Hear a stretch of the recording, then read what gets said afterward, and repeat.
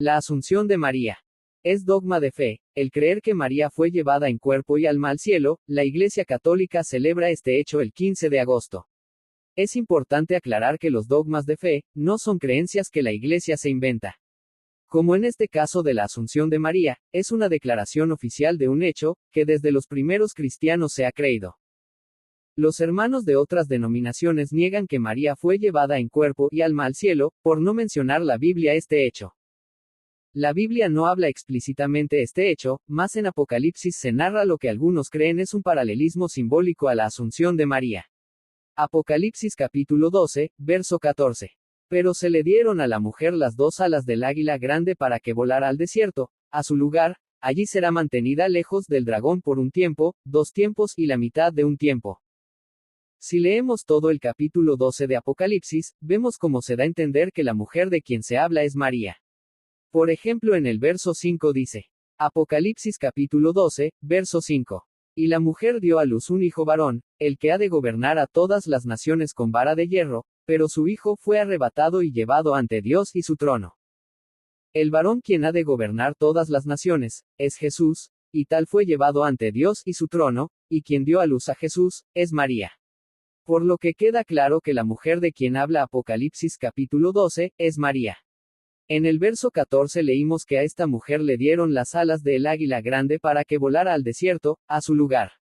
Ojo, a su lugar, esto indica un lugar preparado para ella, lejos del dragón, o sea, lejos de Satanás. Las alas de la grande águila, indica que fue tomada y llevada volando a lo más alto. Vemos pues en estos pasajes un relato simbólico de la Asunción de María. Alguien puede decir que es una mala interpretación por parte de los católicos, y que no es María la mujer que se menciona en Apocalipsis capítulo 12. Entiendo que hermanos de otras denominaciones nieguen que es María la mujer de Apocalipsis capítulo 12, pues el aceptar tal cosa, es tener que aceptar que María es reina del cielo. Pues en Apocalipsis capítulo 12 se menciona que la mujer fue coronada con una corona de 12 estrellas. Hay varios escritos apócrifos que hablan de la Asunción de María. Se les considera apócrifos por ser datados en tiempo distinto de a quien se le atribuye los escribió. Sabemos que hay libros apócrifos que fueron escritos por judíos y gnósticos, que sembraron confusión, al escribir cosas contrarias a la fe. Mas los escritos apócrifos donde se habla de la Asunción de María, tales no fueron escritos por personas contrarias a la Iglesia, sino por cristianos. Y en tales libros apócrifos, no se menciona nada contrario a la fe de la Iglesia. Mas por solo ser datados en tiempo distinto a quien se le atribuye el autor, no se les considera canónicos. Más aún así, considero que los libros apócrifos que fueron escritos por cristianos, aunque no se les pueda tener como libros inspirados por Dios, como lo son los libros canónicos, tales libros sirven de documentos históricos de cómo los cristianos a través de la historia siempre han creído en la Asunción de María, y al tener todos una narrativa similar del hecho, muestra que ha sido un mismo relato que se ha transmitido a través de los años. Por eso dijimos al principio que la Iglesia Católica al establecer la Asunción de María como dogma de fe, no inventó tal creencia, solo hizo oficial lo que ya se creía. Uno de los escritos apócrifos más populares que narra la Asunción de María, es el de José de Arimatea, lo menciono por si alguien quiere buscarlo en YouTube.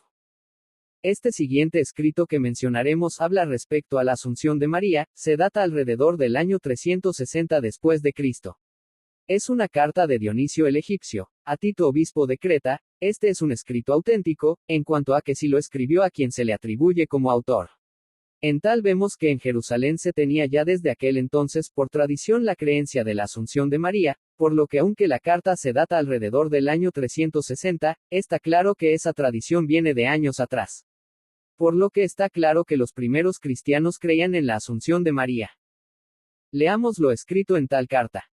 Debes saber, oh noble Tito, según tus sentimientos fraternales, que al tiempo en que María debía pasar de este mundo al otro, es a saber a la Jerusalén celestial, para no volver jamás, conforme a los deseos y vivas aspiraciones del hombre interior, y entrar en las tiendas de la Jerusalén superior. Entonces, según el aviso recibido de las alturas de la gran luz, en conformidad con la santa voluntad del orden divino, las turbas de los santos apóstoles se juntaron en un abrir y cerrar de ojos, de todos los puntos en que tenían la misión de predicar el Evangelio. Súbitamente se encontraron reunidos alrededor del cuerpo todo glorioso y virginal. Allí figuraron como 12 rayos luminosos del colegio apostólico. Y mientras los fieles permanecían alrededor, ella se despidió de todos, la augusta Virgen, que, arrastrada por el ardor de sus deseos, elevó a la vez que sus plegarias, sus manos todas santas y puras hacia Dios, dirigiendo sus miradas, acompañadas de vehementes suspiros y aspiraciones, a la luz, hacia aquel que nació de su seno, nuestro Señor, su Hijo. Ella entregó su alma toda santa, semejante a las esencias de buen olor y la encomendó en las manos del Señor. Así es como, adornada de gracias, fue elevada a la región de los ángeles, y enviada a la vida inmutable del mundo sobrenatural.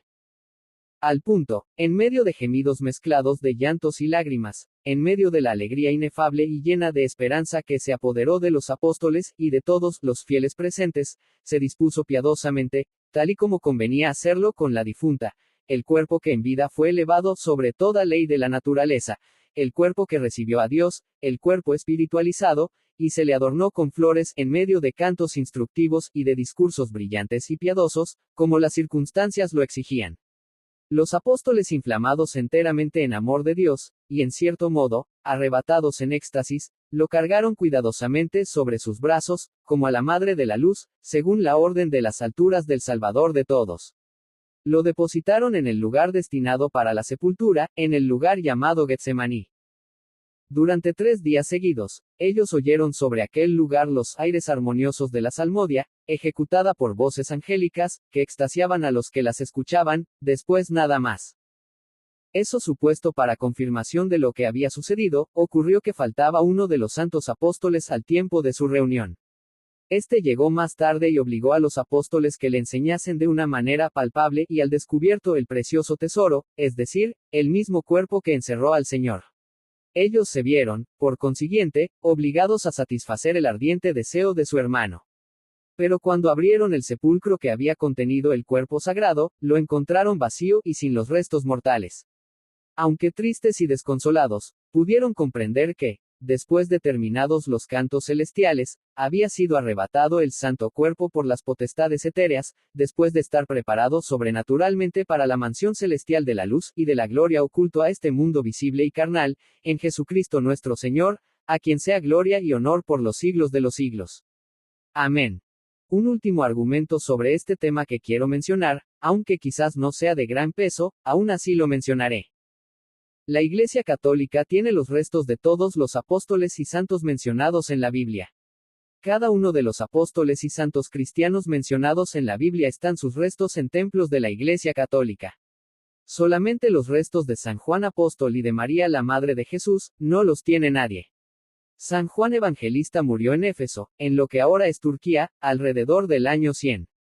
Los cristianos de Éfeso construyeron una capilla sobre la tumba del apóstol. En el siglo V, el emperador Justiniano reemplazó la capilla con una basílica.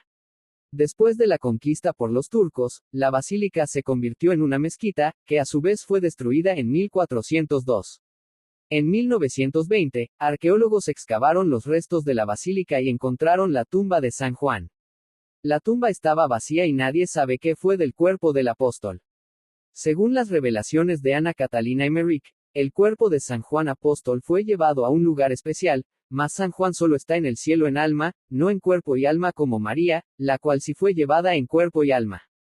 Menciono este dato, como algo curioso, es interesante como la Iglesia posee los restos de todos los santos mencionados en la Biblia, solo aquellos cuerpos de las 2 personas que se cree fueron llevados por Dios fuera de este mundo, no se han encontrado.